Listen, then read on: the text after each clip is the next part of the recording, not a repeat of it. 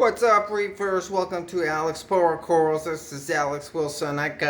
This is my video log, so to give you the daily details for hopefully you can learn from my mistakes. So let's check it out. Alright, so here's a continuation, a quick shot of my pantry. That's right, this is my pantry. I just shot of it. That's interesting that I have like a good full 90% of it is all aquarium related stuff and 10% of it is actual food.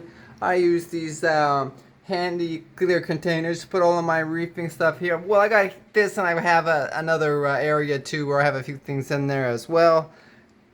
But one thing I wanted to clarify, and that is the salt that I'm using, well, had been using here, was the symbiotic salt by Tropic Marine. I want to say that, this stuff isn't the stuff that was made in Turkey that had the famous problems with the salt. And so this is salt that was in fact made in Germany, and so it's good there. However, it's a salt that they added in there so that it's supposedly not 100 mixes up and it's not 100% sterile. And so yeah, it mixes up dirty just like I told you, and and continues to deteriorate from there. And you're supposed to use it right away, that's the thing. But if you don't use it, like when I have the brute trash can in the back. So yeah, bad idea. It does not work. It just sits there, gets worse and worse and worse, and it's the worst water. It's like you're doing water changes. You're pulling out clean water, you're putting in dirty water. I swear, I am not lying. It's like putting in a whole bunch of detritus and bacteria and algae and dirt just blowing around everywhere. Horrible. Alright, so I moved on to the HW Marine Mix Reefer. But, I would normally use the Tropic Marine Pro, and so if that's available, I'll go back to that. I know that Bulk Reef Supply, though, definitely ran out the supply of the Tropic Marine Pro, so I switched over to the HW Marine Mix Reefer, and that is 100% synthetic sea salt mix, at least according to them. And yeah, so good so far. Gotta love it. Really high quality as far as I could tell.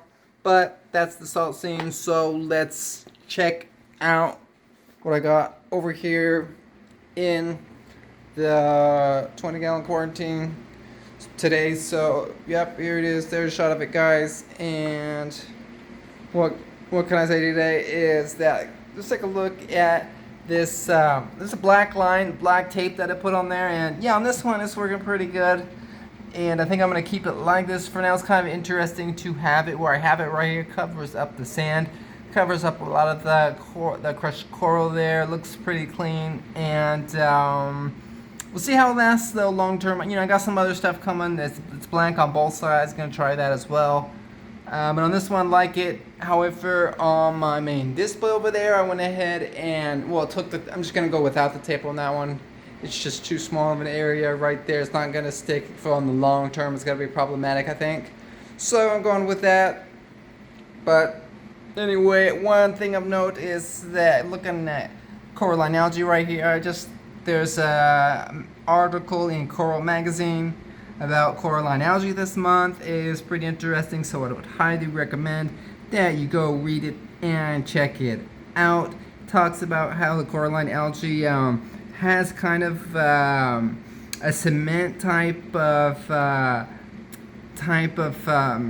roll on a reef aquarium, that's similar to, as I've heard of, the encrusting corals such as the Montiporas and the other encrusting corals. They will in fact encrust, from one rock to the other, forming just one solid rock structure, and that's how the reef structure is formed. And they were saying, well, that it's strong enough to withstand storms, because a lot of your like acropora, maybe kind of the bushy and the stags, they're branchy, so under storage surges and that, it just kind of forms a rubble, and the rubble might be blowing around us, more under the storms compared to the other encrusting type of corals. So anyway, that's an interesting article. Definitely highly recommend checking it out. And other than that, though, these guys in here are doing the same as they have been, hanging out, by a thread here. And so here's a shot of this millipore right here. One side of it's looking like this, the other side is dead on the back of it. Same thing with the Oregon tort right here. One side looks like this, the other side is white on the back. And I think that one's the shortcake right there. And then in the back, Miyagi tort. Got the key lime pie, good pulp extension, good color. So happy there, Abe. Awesome coral for sure. Favorite, and it looks happy even in these rough conditions, relatively rough conditions, with all of this cyanobacteria, brown slime, green slime, red slime. This thing has had all of the slimes, just barely gotten over them. So happy there. Let's check it out from this side real quick. And yeah, we're looking good over here. Discosoma is coming back. Fuzzy mushrooms are coming back just a little bit, but they're really taking their time.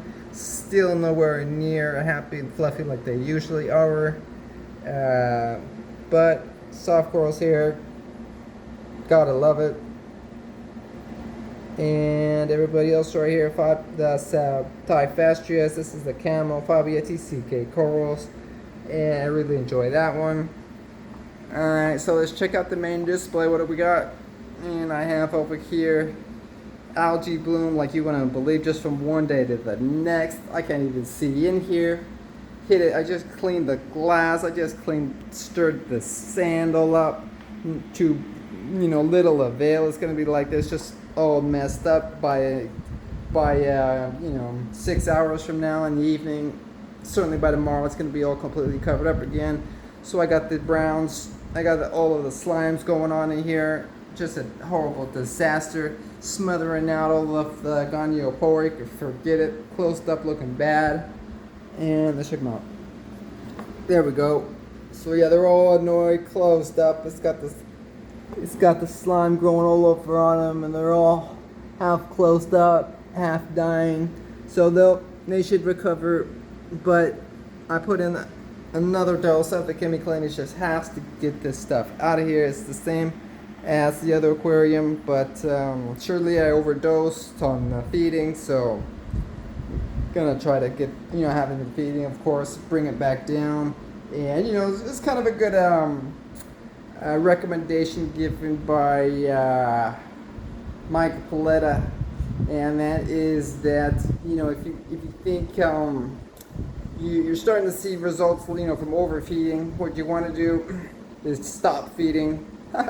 Sounds obvious, but stop feeding whatever you think you're feeding to the aquarium. Well, besides maybe even the fish, you could be overfeeding the fish too as well. But you just cut it down until you see it clear up. It might take 2 weeks or longer. It might take 2 months for that matter. Be patient. That's what he was saying. This is what he was saying on Rapping with Reef Bum with Keith Bergelhammer. So I'd highly recommend his show as well. Extremely good stuff. Anyway, he was saying that you give it a good just let it burn itself out, be patient, and then once it does come back, don't start adding what you were adding crazy, but drop it way back to like just 1/4 or 1/8 of the percentage of what you were adding, and slowly add more and go back there. And like I was saying, definitely difficult to work with, when you feed the aquarium and you don't see the results for a good 2 weeks, so you make changes to try to bring it back. It's going to take a long time to see those results, so you really have to be patient. And I hit these the micromusa right here, orange micromusa. I moved them up front, and here's a shot of the parietes with the Christmas tree worm rock, and I just cleaned it up using a bottle brush. I had no choice. I had to get that green algae off. It was just completely covered up in one solid like a bubble.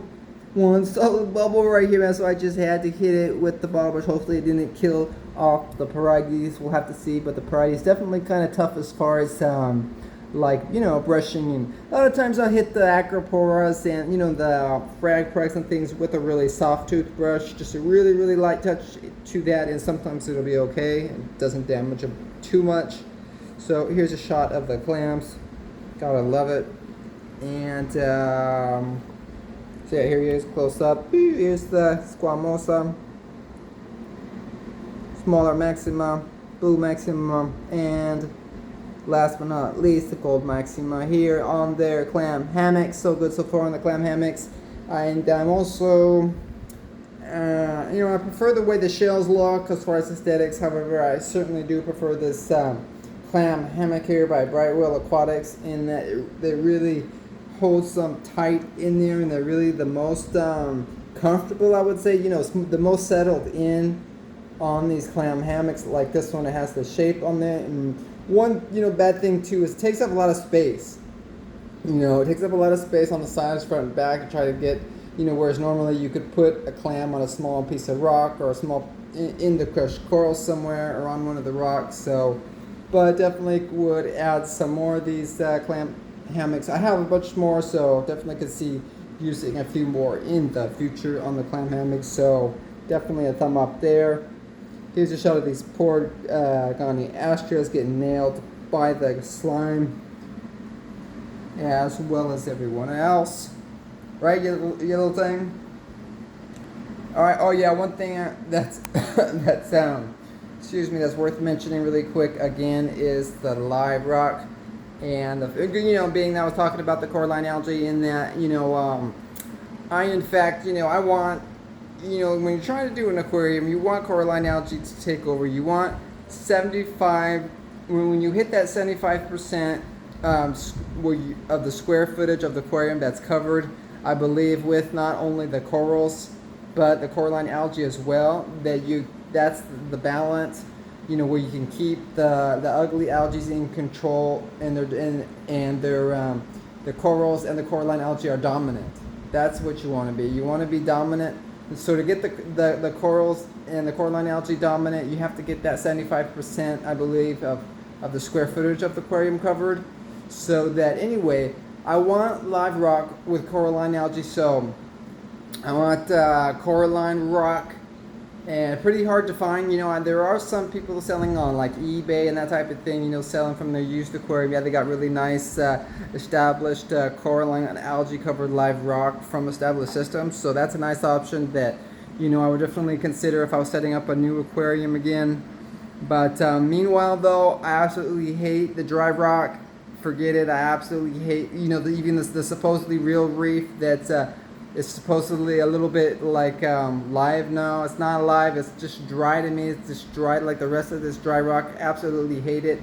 Dry and dead. Guaranteed to get all kinds of the uglies on here, and nightmares for months and months and months upon months. And I absolutely hate it. So what I want is aquacultured, coralline algae covered rock. So what I want is live rock in water. Ship, whatever you got to do to have the live rock, to have it shipped in water. I know KP Aquatics, out of Florida, has done that, and I know Keith Burklehammer's had real good success buying his Caribbean live rock from them, and they offer some really good shipping options. So I'm looking for people out there that have more options on their shipping like that, where they say, hey, we can ship it to you, if you want it dry, we can do that. If you want it 100% wet, we can do that. We also have like a middle option too, where it's shipped, in maybe just X amount inches of water.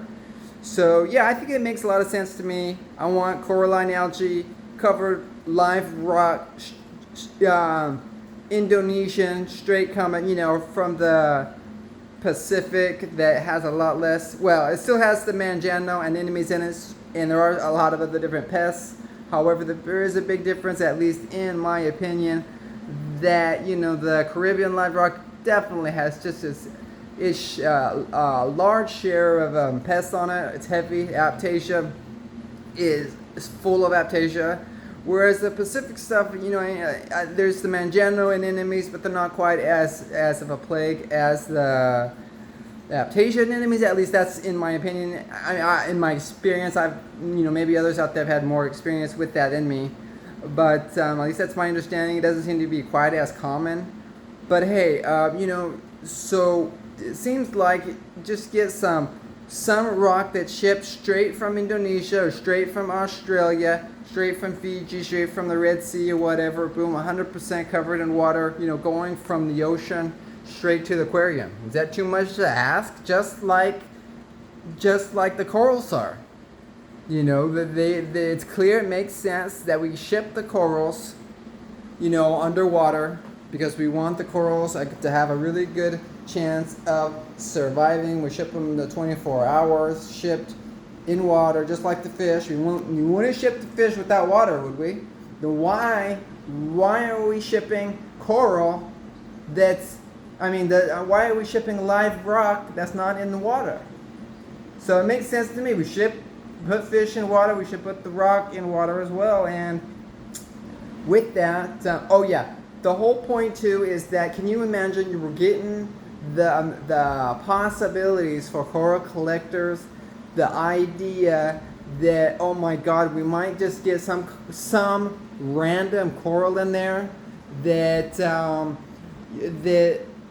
isn't collected. You know, that it isn't collected. There's no way you could collect it even if you wanted to collect it. Therefore, man, you just get some random live rock. Can you imagine? It's like, oh my God, check this out. This coral popped up here. Can you believe it? Oh yeah, and then a couple months later, this other coral popped up there. I have no idea what it is, what it might be, but hey, here's a name for it. You know, hey, scientists, come check it out. Maybe you could give it a scientific name. Or, you know, you're the one that discovered it, so I think you have a right to give it a scientific name.